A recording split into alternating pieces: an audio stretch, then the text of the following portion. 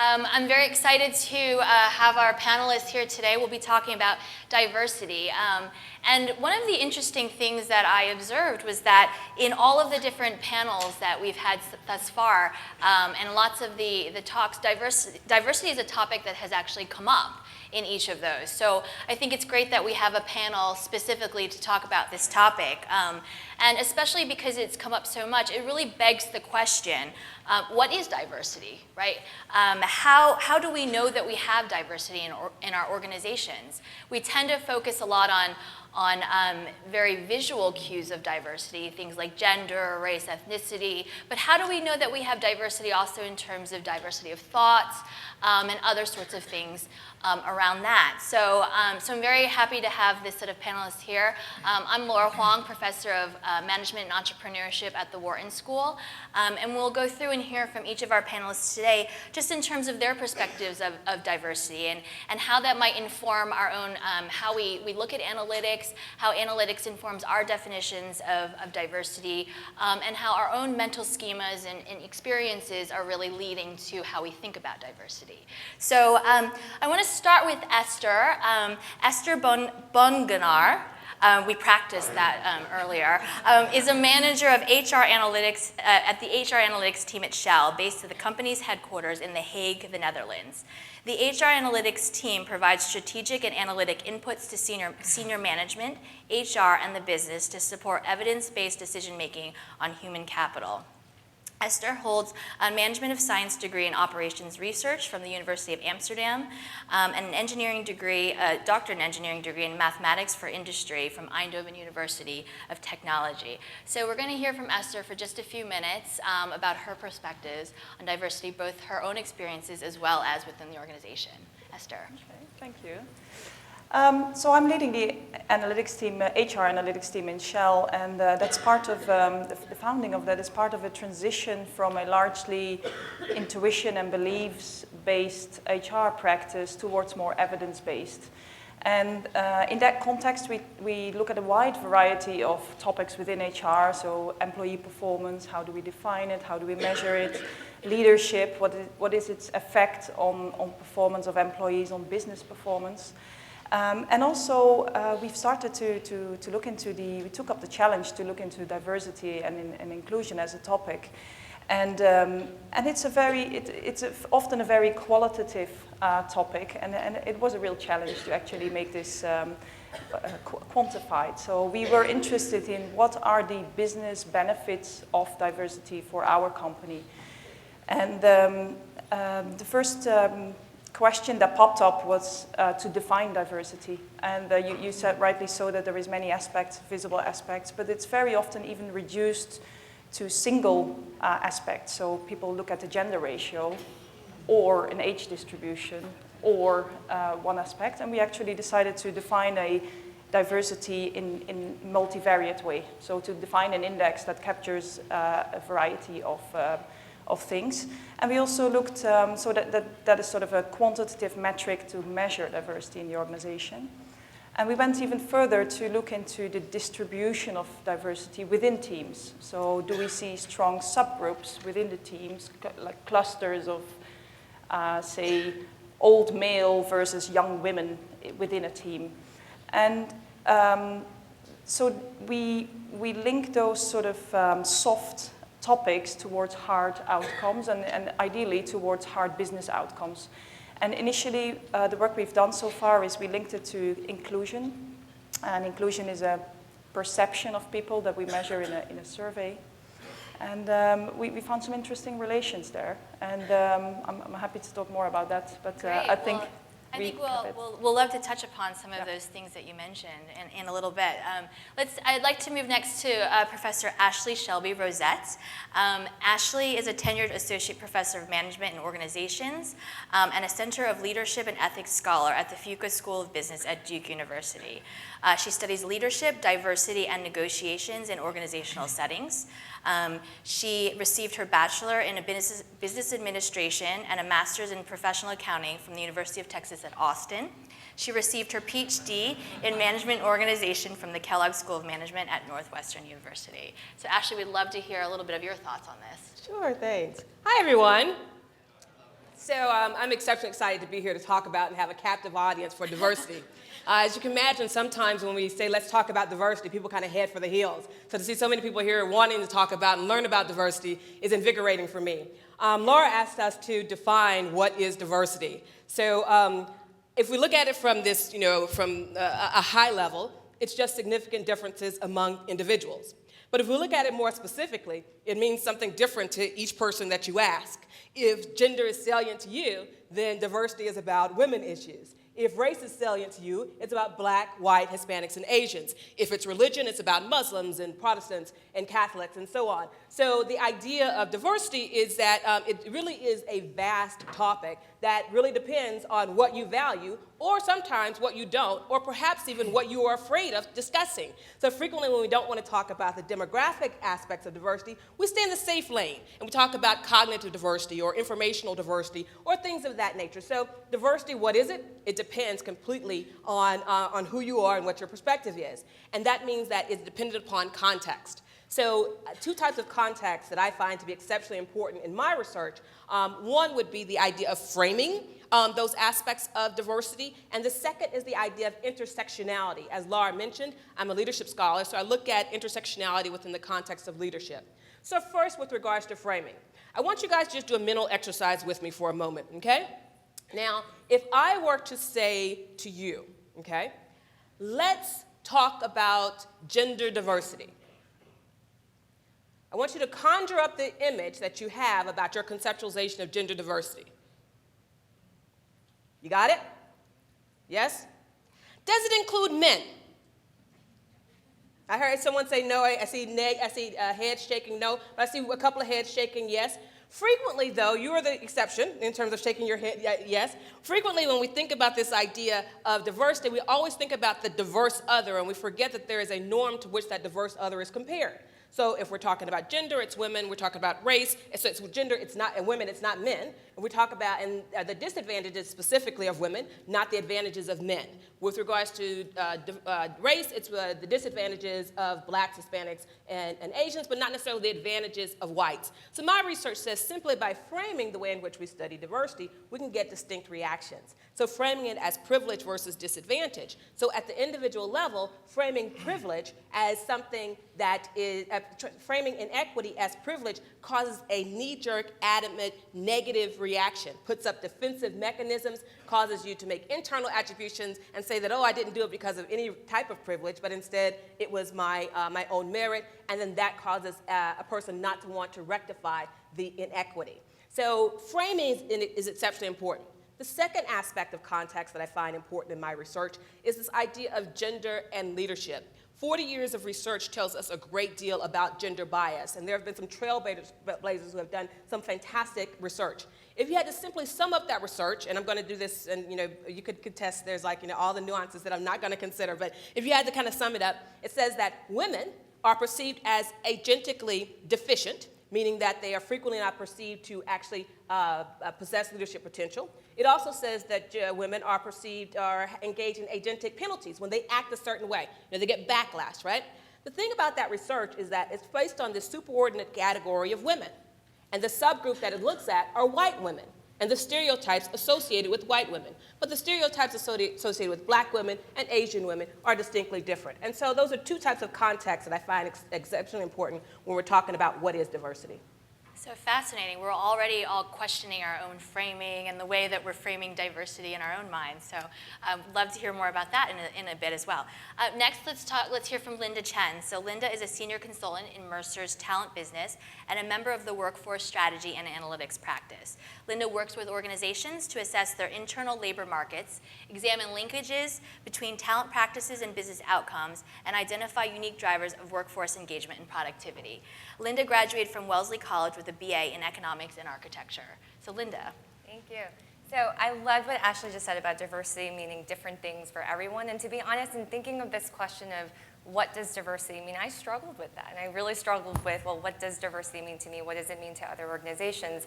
So I think to answer that question, I'm going to take a bit of a side route, which is from the organizational perspective and what I commonly see with our clients. is that they're really focused on the things that can be tracked and measured, right? So the end game might be getting to more diversity of thought, but in the present state with the data that we have available, what are the things that we can actually look at to gain insight about, to really create better decisions and tailor better strategies to our workforce? And so because of that, we are focused on gender, race, ethnicity, age, a lot of the data that you already readily have available to you. And so we're taking a look at that. And we often do this for our organizations. We also do it for Mercer. So I'm just going to pick on ourselves for an instant. And we did this study recently to try and come up with an overall diversity and inclusion strategy across two regions. So we looked at the running record of employees. We looked at all their different characteristics. We're running models to understand what drives retention, promotion, performance. And something very interesting that came out as one of the top predictors of success is being a people manager. So all else being equal, if you have somebody who's in a people manager role, they tend to do very well. They tend to stay, they tend to get promoted, get paid better, perform better. And so if you think about Mercer and you think about the professional services context, that makes sense, right? So if you are a people manager, people are trusting you to take care of others. It's probably the competencies that you have for that are very much aligned to just being a good consultant anyways. But what was interesting was that when you looked at the distribution of people managers across different diverse categories, women and people of color were far less likely to be people managers. And so we're discovering something that we're saying, this is a ticket to success at Mercer, to be a people manager, to get that experience, to be able to help others, mentor, and come to bat for others. In that whole development process, we're not allowing a whole population to kind of explore and take advantage of. So the solution there is, take a look at why is it that they don't have access, and it's a lot to do with the roles that people are in. So some roles that women, people of color tend to occupy, it doesn't traditionally lend itself to being people management career path. So how do we change that, right? So it's not just sufficient to say, this is the reality and this is what's been happening, but now armed with this data, armed with this insight, can we make better decisions? Can we offer better opportunities and kind of replicate that developmental experience that we know is so important for future success? How do we kind of cascade that throughout the organization? Okay, interesting perspective, especially within the organization. So great, thank you, Linda. And finally, we have Emilio Castilla. Emilio is currently the NTU Professor of Management at the MIT Sloan School of Management in the Behavioral and Policy Sciences area, where he teaches courses in organizational behavior and strategic human resource management. He received his postgraduate diploma degree in business analysis from the Management School in Lancaster University and his PhD and MA from Stanford University. His research focuses on the sociological aspects of work and employment, and he's particularly interested in examining how social networks and organizational processes influence employment outcomes over time. Emilio. Thank you so much, Laura. So the way I came to study diversity and fairness in the workplace was through understanding what organizations want to accomplish ultimately, and it was through the study of what I call meritocracy in the workplace. If you want to convince organizations that they want to work with you in order to improve recruitment, hiring, performance evaluations, promotions, and retentions, you just have to tell them that what you want to do is hire the best, recruit the best, reward the most talented, and then retain the most qualified.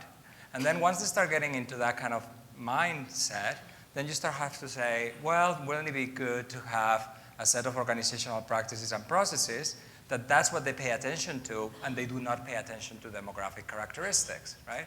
So this is where you start thinking about empowering organizations to introduce processes that will only pay attention to the criteria and the processes that are about evaluating employees, compensating employees, and hiring the best out there, regardless of the demographic characteristics. And in my research, I found that when you emphasize meritocracy in the workplace, just think about the last time you were asking your hiring managers, just go and reward the best, reward merit. What I found is that by emphasizing merit in the workplace, you might be penalizing women and minorities in the workplace, even when they're performing at the same level and in the same job and in the same position. This is what I call the paradox of meritocracy, and that's what prompted me to start really thinking about what can we do to help organizations to indeed reward the best, regardless of what their demographic characteristics are. And I like to do research with companies. I think that there's a lot of beauty and excitement in collaborating with researchers in institutions like MIT and universities, collaborating with companies, because we can go get inside of your organization, bring some of these strategies, some of these frameworks, some of these theories that we know about, and then we can really like help you work and understand how you're hiring, how you're recruiting, how you're retaining. Think about this from a very longitudinal perspective. It's not only about hiring and recruiting a diverse population, but what do you do once you hire them? What kind of processes you have in place to retain them, to give them opportunities, to reward them so that they can excel, and also how you can empower them to continue recruiting and hiring people who are like them, a very diverse population. In terms of teaching, I've started teaching a class that I like to call strategies for people analytics. And my way of saying strategies for people analytics is because I want us to pay attention to strategies before we do the analytics. Again, we need to think about what kind of hypothesis. There is research out there, there are frameworks, and there is beauty in paying attention to some of those frameworks, some of those theories before you start collecting data and you start like going crazy and analyzing it. So. Great, thanks, Emilio. So I'd encourage any of you to, if you have questions, to please, submit them. We will be taking questions throughout. If I could have technical support also, too, because I don't see any of the questions popping up. So that's my perfect. Thank you. So I'm going to start with a question of my own. One of the things that I noticed was not only do we all have very different definitions of diversity, but there is a common theme that you all sort of have, which is that there's dichotomous ways of looking at diversity. Thank you very much. And so there's different ways to kind of operationalize what diversity is, right? So we have things like looking at it from a qualitative versus a quantitative perspective, or the soft versus hard perspective, or we have, salience versus irrelevance, right? Do we consider things that are very salient or irrelevant versus advantages and disadvantages? Or we have, the measurable versus the unmeasurable. And Emilio, we had meritocracy versus favoritism, or the strategic versus the tactical. So I'd love to hear any of you to kind of, talk about what you think about this dichotomy, right? And that's one of the challenges of examining diversity, both analytically and within our organizations, is that there are so many different dichotomous ways of looking at diversity. So does anyone want to chime in first? Yeah, Esther. Yeah. For us, the reality is that we're not so much interested in the why of the diversity or to build it. It is a reality. So our job market is a very global job market, a talent market, and our operations are very global. We operate in 70 countries. The reality is diversity, and we are finding ways to extract the benefits from that. So for us, it's beyond the definition, actually. Because it is global. And Linda, I'm sure it's another global organization. Do you see that sort of tension as well? And so I think it's really interesting because I think the complexity of diversity makes a lot of people very hesitant to kind of venture into this space or do analytics, because a lot of times we're afraid of what we might find. We're not really sure where to start, and it's so complex. Am I educated enough or aware enough to even venture into this space? And it can definitely be very daunting. And I guess having seen different organizations tackle this in different ways, I definitely think just kind of making the most of what you have and starting somewhere when it comes to diversity, it's very surprising how much progress you can make, whether it is you are starting from a qualitative perspective, you're looking to surveys, you're taking a very sophisticated quantitative approach, you're already running your models, you're doing machine learning, you're doing very sophisticated things. If you start with where you're comfortable with the vocabulary that you speak at your organization, you'll be surprised, I think, to see how it bleeds into all these other aspects. And suddenly, you're bringing together all the different pieces, and it can be very exciting. Yeah, so what I'm hearing is kind of take whatever your mental scheme is. We talked about that in the very beginning, and use that as a launching point, and then pivot from there to kind of consider other aspects of diversity as you go forward. I saw Ashleigh nodding as well. So, yeah. Yeah, no, and I think there's another aspect of it, too, as well, in terms of you asked specifically about dichotomies. Dichotomies are easy to understand. They're easier to study. and so therefore you're taking the low-hanging fruit. However, we know that social hierarchies are interlocking. So when I see an individual, I don't see one aspect of their diversity, that person is housed in so many different other demographics as well, and we're going to get a much more informed picture in terms of our ultimate goal is to enhance diversity and then harness the value of it. We're actually going to get a much more informed perspective by recognizing that it's not just gender, it's not just race, it's not just religion, it's not just cognitive diversity, information diversity, it's the whole package. But that's messy. Yeah. It's extremely messy to try to tackle. And I love that because a lot of your research looks at that as well, right? It's not just diversity in terms of I'm a female, these are things you face as a female, or that you're African American and that's the things you're It's really this intersection of perhaps being female and African American and in a technical area and having a certain type of thought process behind the ways you approach that, and how can we actually integrate that in terms of teams, in terms of individuals and leadership and so on. Emilio, anything you want to add to that? No. No, okay. All right, so we'll give Emilio this first question Okay, then. there we go. Emilio. Faculty, we love cold calling. We do. But I suspect Emilio would be a good student in my class, even though his participation score in the very beginning wanes, and then he kind of picks it up. So Emilio, we talk about diversity in terms of different groups, but there's a simultaneous push for equality, where judgments are output-based and not diversity-based, right? So output is really what we're looking for, this performance. How do you justify the two with one another? Where does a proactive corrective measure like affirmative action fall in that spectrum? Mm-hmm. So one of the things that I was thinking about, and your question is prompting me to answer it this way, is when we think about how many of you, when you go back to your organizations and you say, we're gonna start a diversity initiative, or we're going to be equalizing the workplace. We do know, and now there's been more and more research at the organizational level, that some of these emphasis on these practices and these initiatives are actually triggering also biases against precisely the demographic groups that we're trying to protect, right? So when I hear equality and I hear diversity and I hear a lot of these buzzwords and I don't learn too much about how this is actually being implemented in the workplace, I really worry tremendously that it can be interpretable in so many different ways that it can also not engage absolutely every single employee and professional in the organizations, right? So for me, equality, or when I was just talking, for example, about meritocracy, was about, think about an organization where you're actually giving equal opportunity and you're ensuring that actually you give equal opportunity to everybody by having processes in place where the criteria and the processes are crystal clear to every single employee in their organization, when you actually also have someone responsible or a group of individuals responsible in the organization to ensure that you're achieving the outcomes you want to achieve.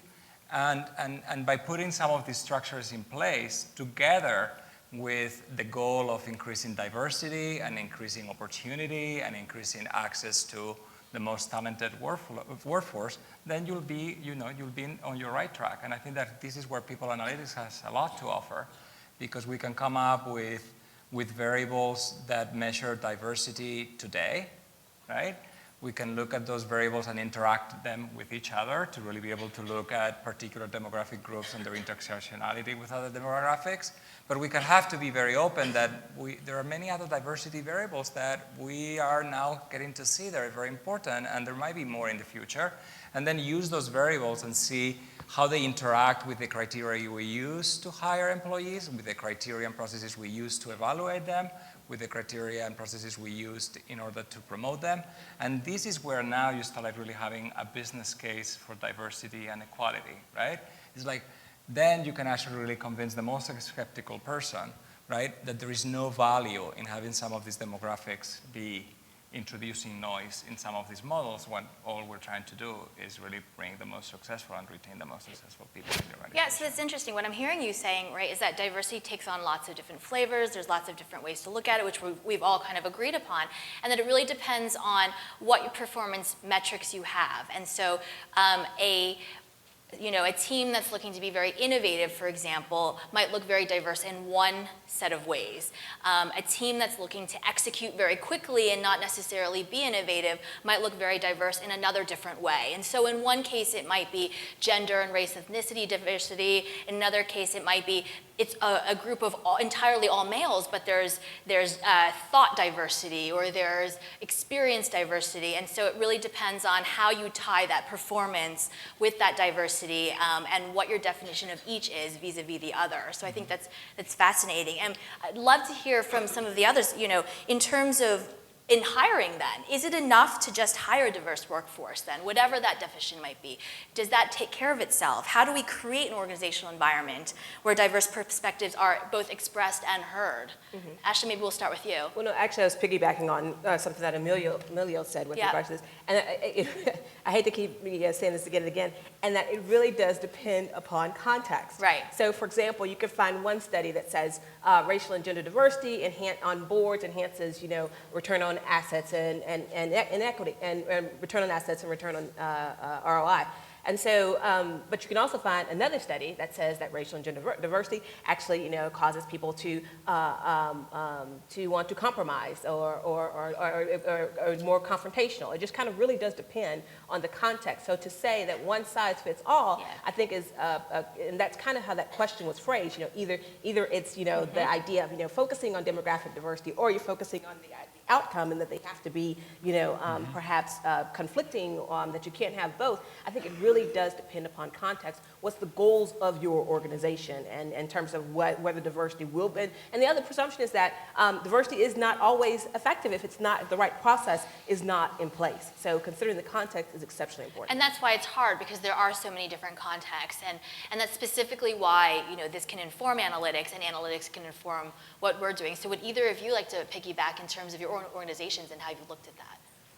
Yeah, so we were specifically focusing on how demographic diversity relates to inclusion as a proxy for performance, and we found that two moderating factors or two conditions that are necessary, which is not too strong subgroups within the team and a strong leadership. And only with these two as a precondition, you can actually benefit from your diversity. So for us, and we haven't implemented this, but this is something that we need to take in to actually be able to benefit from our diversity. Otherwise, diversity may work against productivity in a way. So, despite all the and the fascinating thing is that subgroups, right, create this lack of diversity because it's emphasizing something within that subgroup. Yeah. So, Linda, any thoughts? Yeah, so I think the only other thing I would add, oftentimes when we look at flows, like literally the talent flows inside of an organization, right? So who's coming in, who's moving up,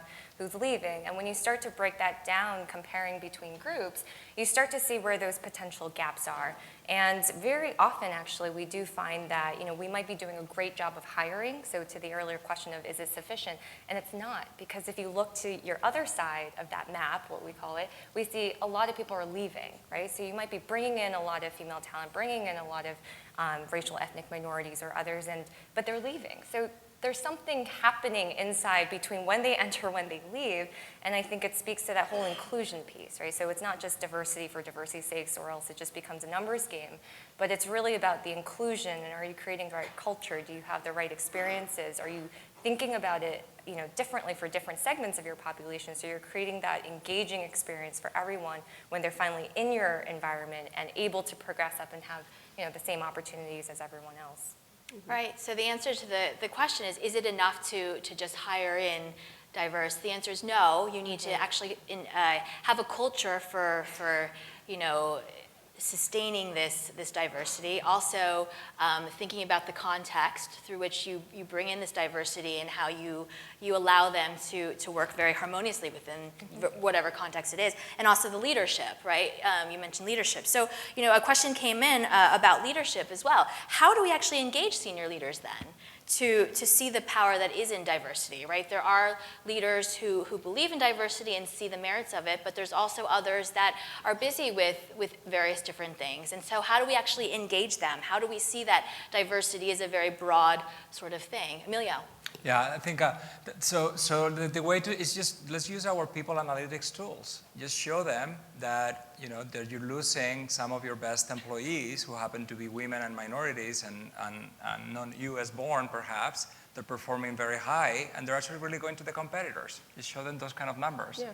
Show them the type of employees that you might be retaining as the result of some of the practices you have in place, and then show them how they compare with some of the numbers in your competitors. So by looking at some of these numbers that they care about, it could be retention, it could be the productivity, the performance of the professionals they're losing, or it could be the opportunity cost of the employees that they don't have, that they could have if they had a different set of practices in place. That can be a business excuse for top leaders to really be able to say, we need to do something. Anybody else? Strong argument. I think Yeah. it's the idea that if you really are hiring the best and the brightest, and let's say if you're taking gender, and let's say if you're hiring 50% men and 50% women, and as they matriculate up the organizational change, and the best and the brightest are the ones that are supposed to rise to the top, but half of the best and the brightest are actually leaving. That means you're actually going deeper into the pool, and you're not really getting all the depth that you could if you were really going across the spectrum. So some of those top performers are leaving, and that can be detrimental to your organization. So I think, pointing to Emilio's point, use the data, let the data speak for itself. Yeah, and what other ways do you guys have any suggestions? There's a question, what are other applicable ways other than just leadership that you can increase this retention for these diverse, underrepresented groups? Well, so I'll jump in. Yeah. So I think, again, with the power of people analytics, I think not just the engagement of the leadership, but actually figuring out what is keeping people here at your organization, right? What are those actual drivers of retention, and how much does it vary between different groups? So I'll give another example of the Mercer work that we did, and this is about millennials versus others. And what we found when we were trying to estimate, who's likely to stay, what are those factors contributing to that decision, we do see millennials in our environment tended to really take well to ratings and the feedback that you get from that rating. It had a very strong impact on just the millennials, not for any other generational group, but just the millennials. The rating that they got, if they received a high rating, it was very retentive in the following periods. And so being able to break that down to really identify, well, what exactly are those unique factors? How does it vary by group? And so we can then have a more targeted solution to really drive change. Okay. Emilio, quick thoughts to follow that? I was just going to say, like, an example of a project I work with was a company intervention where they were realizing that they were losing women and minorities. And as the result of spending time in the company, getting to know the workers and the managers, and collecting some of the longitudinal data sets that had to do with the way performance was translated into bonuses and promotion decisions, it was very clear that the minorities and women were leaving the organization because they were not remunerated at the same level. So I helped the company to create an intervention where we revamped the performance reward system, and we were able to see the decisions before and after the intervention to really see what the impact that had on the way women and minorities were paid, and also retention. So again, it's just like experimenting with your own workplace, try to find out ways that you think will be applicable to your own organization, implement them and show them the numbers before and after, and see whether the delta was significant, right? Yeah, and I think that that's absolutely right. I think, if we look at organizations, we're pivoting, we're trying out lots of things with our products or services, but we don't necessarily pivot and try different things with diversity and how we build teams and how we look at the leadership and the interaction with all of these diverse sorts of groups. So thank you all for joining us in this panel on diversity. I think we've heard lots of diverse perspectives on diversity, and so I think that's great, and thank you so much for your questions as well. Thank you. Thank you.